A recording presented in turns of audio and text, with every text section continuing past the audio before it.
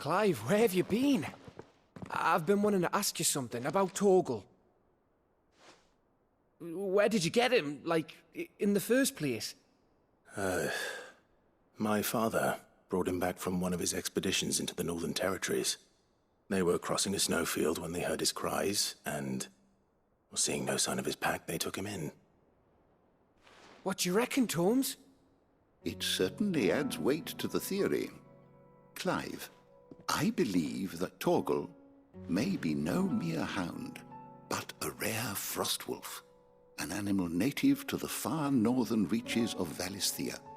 In one of our oldest bestiaries, I found reference to a frostwolf who served as guardian to an ancient queen of the north. Such was his mastery over ether, he could cast magics on command. His name was Fenrir.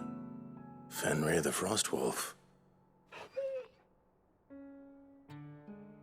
Now, the annals do not state it explicitly, but I have reason to believe this queen was a dominant of Shiva, a girl from the Northern Territories and her faithful hound.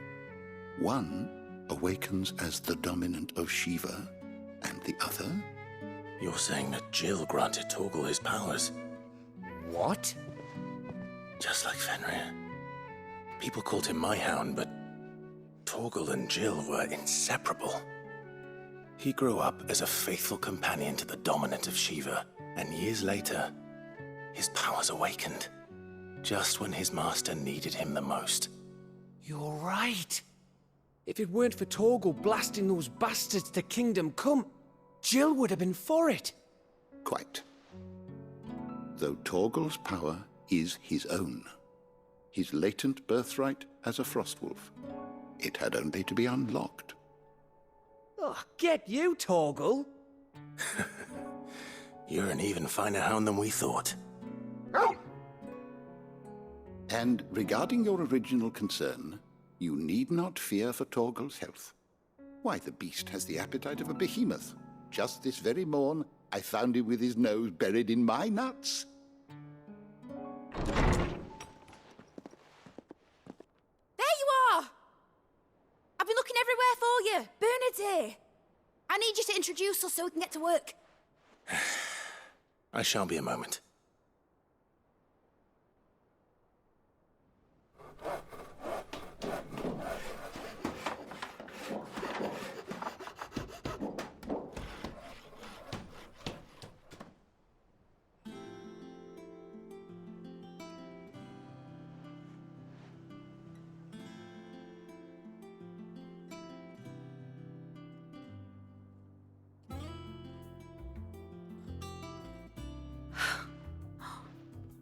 Isn't it brilliant? It is. Well, I couldn't have done it without you. You and everyone else. But I promise I'll pay you back. I'm gonna work my fingers to the bone for you lot, starting right now. Just you wait. I'll make wonders like this world's never seen. Then I look forward to seeing them.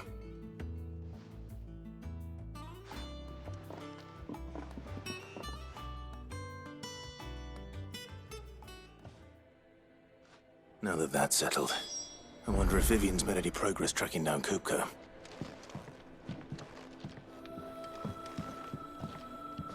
Thanks for letting me do this, Clive. I'll pay you back, I promise.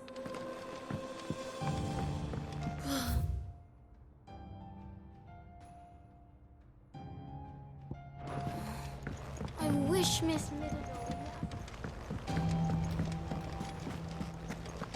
I think I'll wait till Mid's away to take a tour of the dog.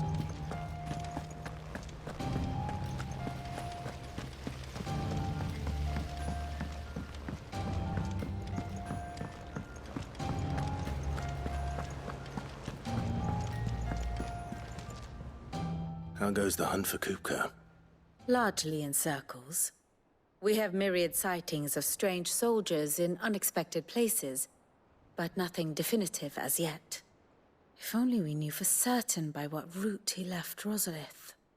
Well, keep at it. If anyone can piece this puzzle together, it's you. And I'm willing to wait as long as it takes.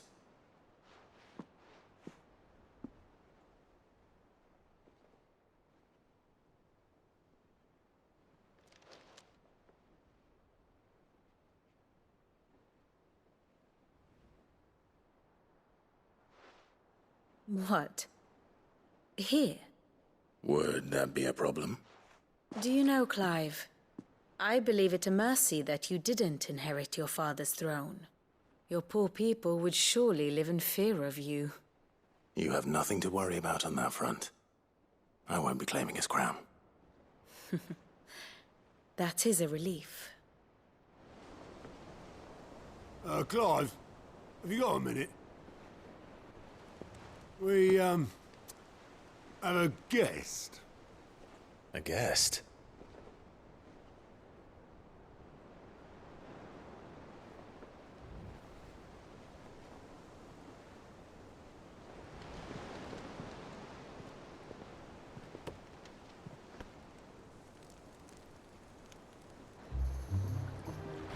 For your trouble. It was a pleasure, in hindsight. Uncle Byron? Clive, my boy! Tap a cask and stoke the ovens, for your favourite uncle is here!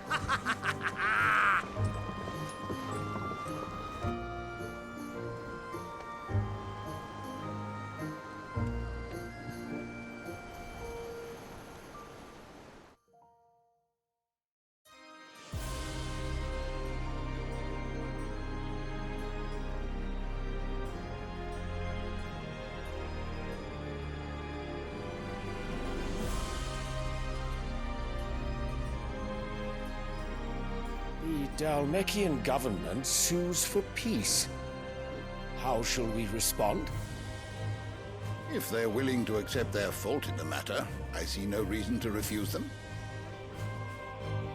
Still, we must insist on substantial reparations. Twinside stores are not as bottomless as reported. Aye, and we have many more mouths to feed. We shall just have to have the Dalmecs empty their treasuries for us.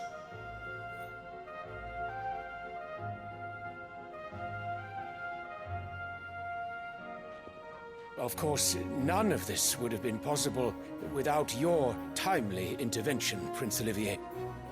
Indeed, I doubt any of us would have had the courage to trade words with the mighty Titan, nor less the wit to win him over. The Empire owes you a great debt.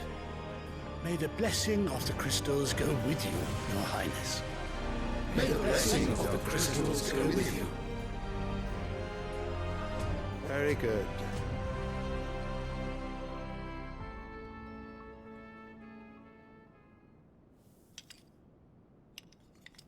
Now, let us come to the question of precisely when the Dalmecs will withdraw their troops. Dion's fire could rid us of them in mere moments. The men of the Fist will not withdraw until a peace treaty is concluded. So let us keep the negotiations open, give them time to gather what gold and trinkets they can, and once they deliver that which we demand, what worth is a piece of parchment? Your Radiance, were Prince Dion to take the field, the enemy would surely send their own dominant to meet him. And while His Highness would of course prevail, there would be heavy losses on both. You need not fear Hugo Kupka. He is engaged on the Western Front. Even were the Dalmecs to send for him, he would not arrive in time. As much as I would enjoy witnessing a clash between Bahamut and Titan, it is not to be. And what of your subjects, Your Radiance? If the fighting spread to the city proper, the people would bear the brunt of it. There will be losses, it is true. Yet for every citizen who falls, another can be bred. For every home that burns, another can be built. The Empire will live on.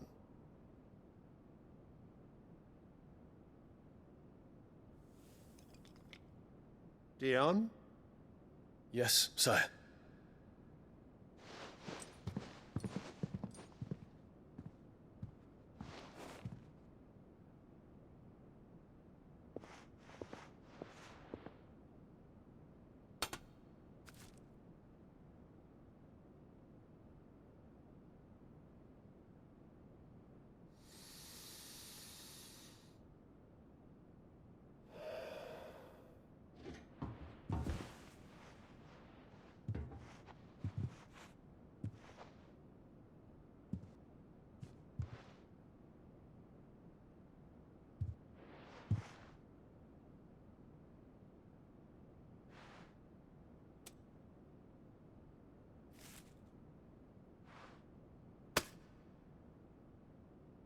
prepare for battle. But sire... Do not make me repeat myself. Return to your camp and await my orders.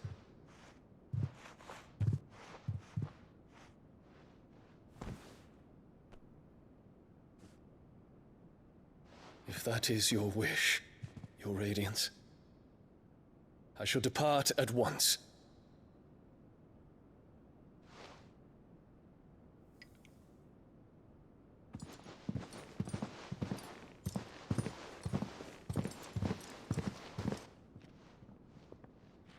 May Gregor forgive you.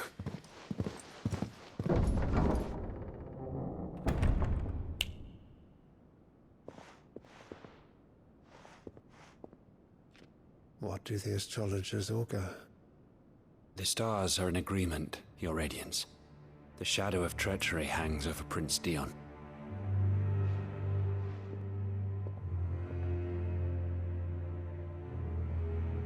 So Annabella's tales were true. You disappoint me, Dion.